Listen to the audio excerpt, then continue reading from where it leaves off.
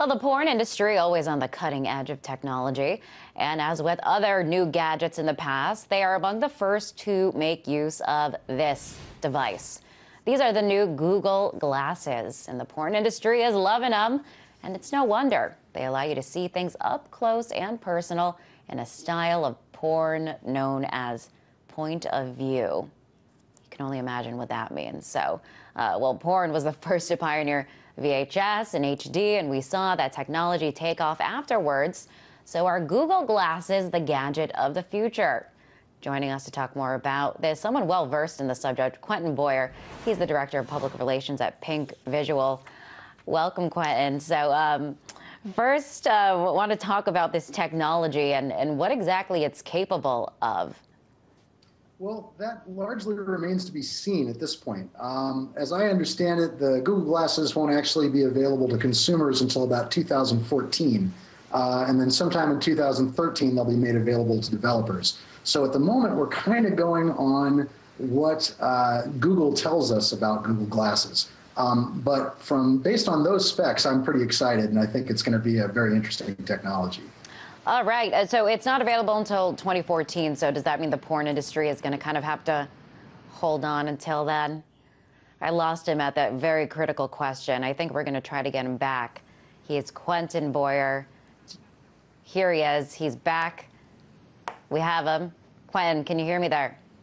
Yes. Hi there. Yes. I was just going to ask you, so this isn't, as you just said, the technology isn't available until 2014. So is the porn industry going to kind of have to hold on until then as well?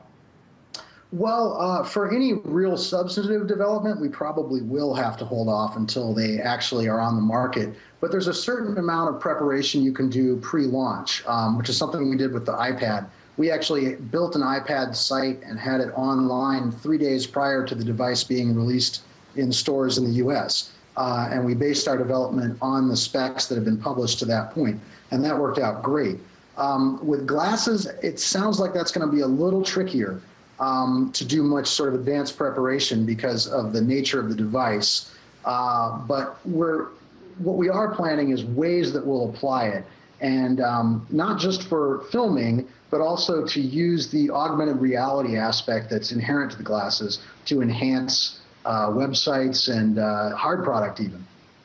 So can you talk a little bit? I know it's kind of like this point of view thing. Like, why is the porn industry so interested in this technology? Well, I think the basic reason is that point of view porn has been popular for quite some time. You know, these days it's shot over someone's shoulder, or there actually are sort of low-tech camera glasses that you can get. They don't yield a very good image quality. But so this will get you those angles that would never have been possible before. Is that what you're saying? Right, and it's sort of an organic first-person perspective, and the more that it's centered on the actual perspective of the participant, if you will, the better, I think, from the porn viewer's standpoint.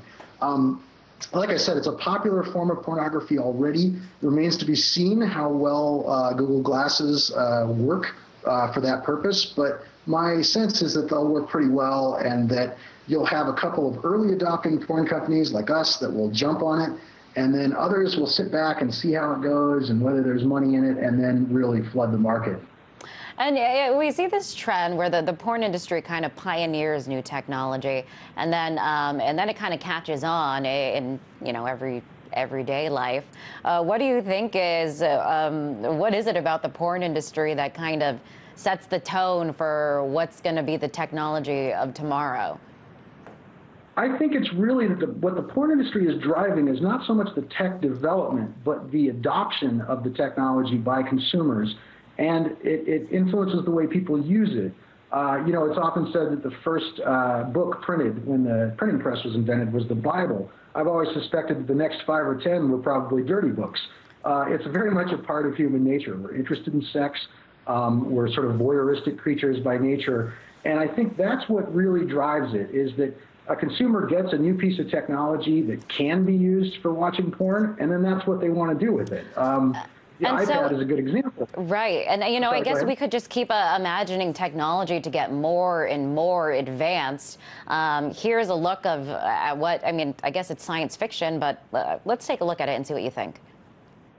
Begin in a few seconds. Begin what? Having sex, of course.